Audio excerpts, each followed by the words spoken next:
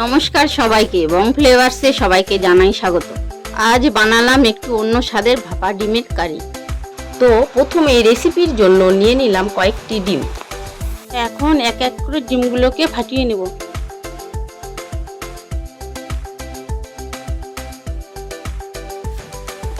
ডিমগুলোতে দিয়ে দিব পেঁয়াজ কুচি, লঙ্কা কুচি, হলুদ ও লবণ। এরপরে ডিমগুলোকে ভালো করে ফেটিয়ে নিব। এখন একটি টিফিন বাটি নিয়ে নিব, তার ভিতরে তেল মাখিয়ে নিব।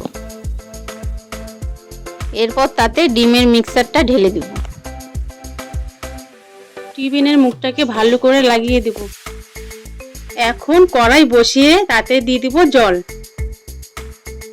এখন জলটা গরম হয়ে আসলে তাতে টিফিনটা বসিয়ে দিয়ে ভারী কিছু চাপা দেব। 15 মিনিট অবধি এরকম রেখে টিফিন বাটিটাকে নামিয়ে নেব। এখন ভাপানো ডিমটাকে একটি পাত্রে ঢেলে নেব। ডিমটাকে পিস পিস করে কেটে নেব।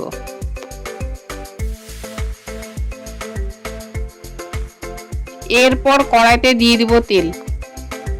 কেটে রাখা ডিমগুলোকে এক এক করে ছেড়ে দেব। ডিমগুলোকে লাল লাল করে ভেজে নেব।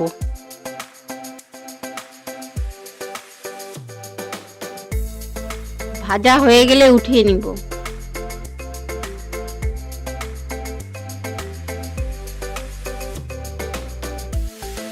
ওই তেলেই দিয়ে দিব শুকনো লঙ্কা, তেজপাতা, পাঁচফোড়ন। তারপরে পেঁয়াজ বাটা দিয়ে কিছুক্ষণ নেড়ে চেড়ে নিব।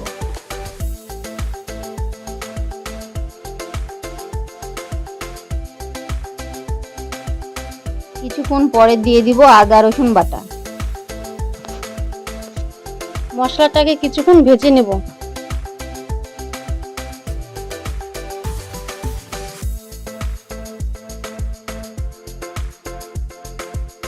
কিছুক্ষণ ভেজে নেওয়ার পর তাতে দিয়ে দিব লঙ্কার গুঁড়ো, লবণ ও হলুদ।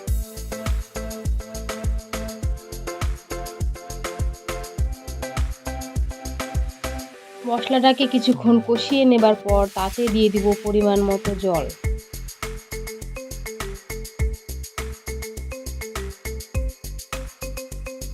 জলটা ফুটে আসলে তাতে ভেজে রাখা ডিমগুলোকে একে একে ছেড়ে দেব।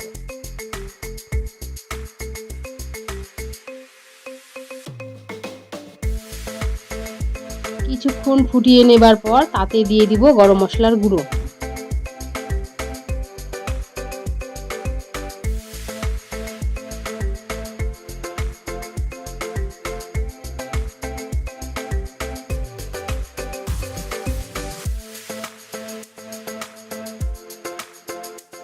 এই তো রেডি আমাদের ভাপা ডিমের কারি। ভিডিওটি ভালো লেগে থাকলে লাইক, কমেন্ট এবং চ্যানেলটিকে সাবস্ক্রাইব করতে ভুলবেন না। দেখা হচ্ছে পরের ভিডিওতে।